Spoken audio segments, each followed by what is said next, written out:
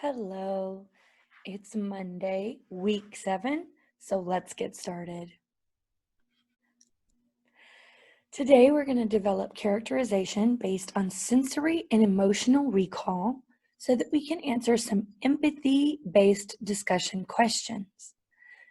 The question of the day today is, what is empathy?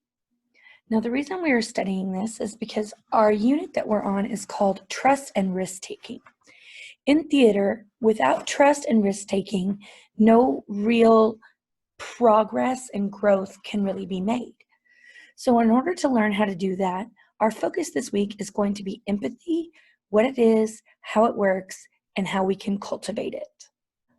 We'll play a theater game in class, and then we'll go to Canvas to look at empathy, what it is, to see how empathetic we are already, and to start our first link in a 5-link chain of bringing our class closer together. Then we'll play a game called On the Spot.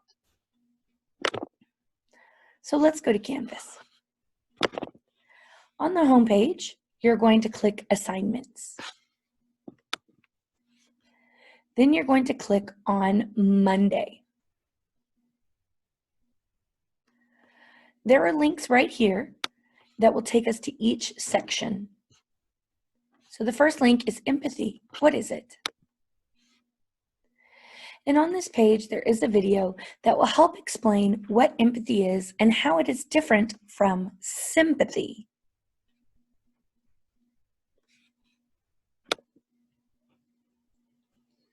Empathy is a choice. It is a vulnerable choice, and it can be very difficult to make that choice if you've never done it before. Some people are naturally empathetic, and that is very wonderful. Some people have to grow in that aspect. So empathy is more sought after because empathy grows closer to people.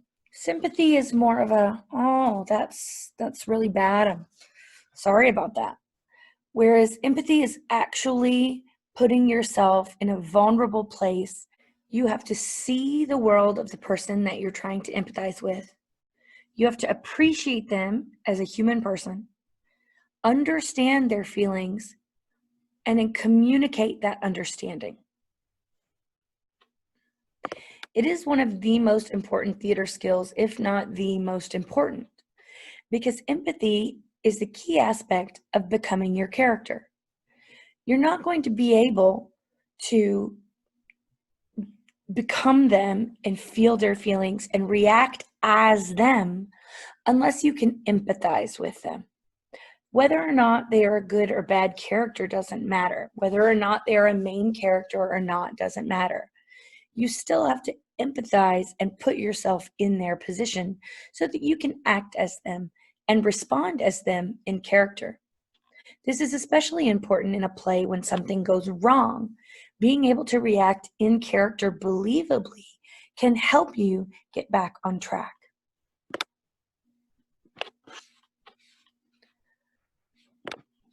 So now we're going to look at how empathetic are you?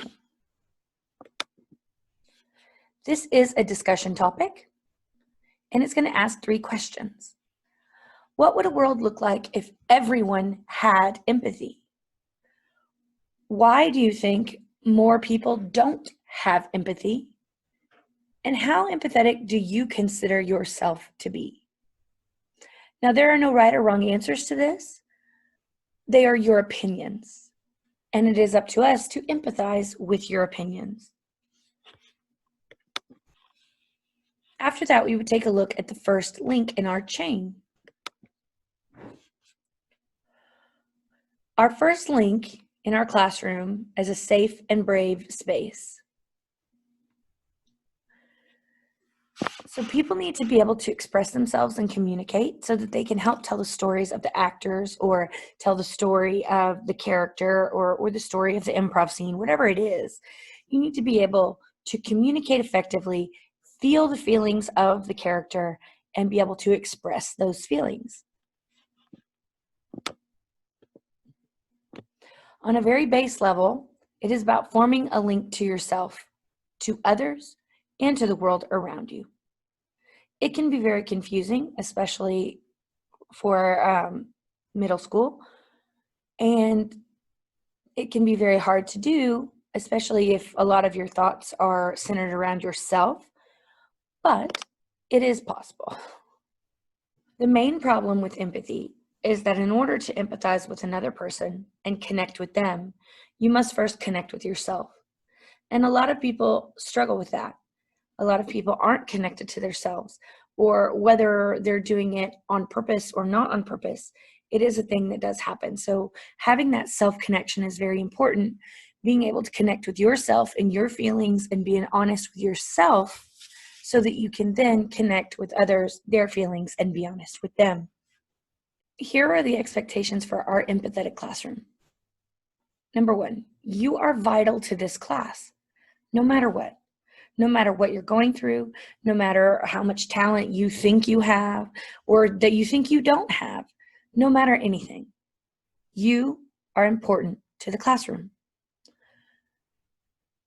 You also, number 2, own all of the time and thoughts and your efforts and actions. You decide whether or not you participate. You decide whether or not you're thinking negative thoughts or positive thoughts. You decide what you put effort into, and you decide what actions you take. Now, sometimes if you're very, very emotional for whatever reason, it can get a little harder to control those things, but ultimately, you are in control of you. You can make the choice to do or to not do pretty much anything. Number 3, working to build everyone up, yourself included, making everyone feel safe and feel better. Number 4, coming through for the class, including yourself, by being bold, making brave choices, coming out of your comfort zone, participating, playing the games, acting, because when we all participate, it is so much more fun than it is when we don't, okay? Sitting in a painful silence while no one volunteers is always worse than having someone volunteer and do something totally wrong. Because even if they did it totally wrong, they learned, and you learned together, and it was fun. Plus, there's not really a wrong way to do theater. It's still performing for people, and that makes it theater. Number 5, play the role that the class needs you to play always. Sometimes the class needs you to play the role of the narrator. They need you to read. Sometimes the class needs you to be quiet. Sometimes the class needs you to participate. Sometimes the class needs you to be caring.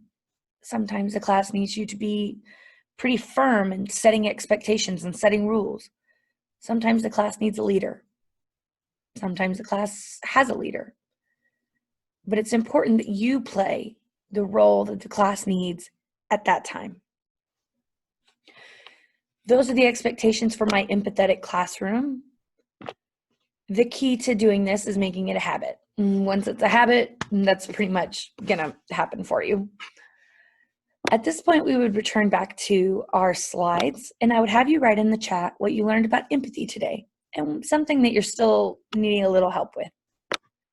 I would have you rate your level of learning 1 through 4, putting any questions that you may have in the chat. Then you would be released to do your independent work. Now, your independent work is a game called On the Spot, and it is a discussion question. In the same window underneath assignments, it says out of class work, and On the Spot is linked. So you're going to copy and paste these questions into the comments, and you're going to answer them. So these questions are fun and silly. These questions are more serious. I would prefer you to answer all of the questions. Now, I understand that the serious questions may be a little hard for you to answer.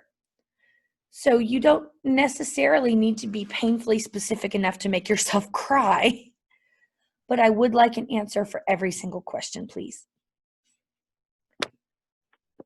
If you have a serious issue with it, you may send me an email and we can discuss it. After you've answered your questions, you're going to comment on 2 other people's answers. And if you find something interesting that y'all have in common, Awesome. Maybe you found a new friend. Remember, our comments are nice and kind and always supportive. Critiquing is not about judging. Critiquing is about building each other up and giving each other constructive criticism. So if you're really into mustard and somebody else isn't, don't be mean about it. Show them why you love mustard. All right. Well, I hope this has been helpful, and I can't wait to see you tomorrow. Bye.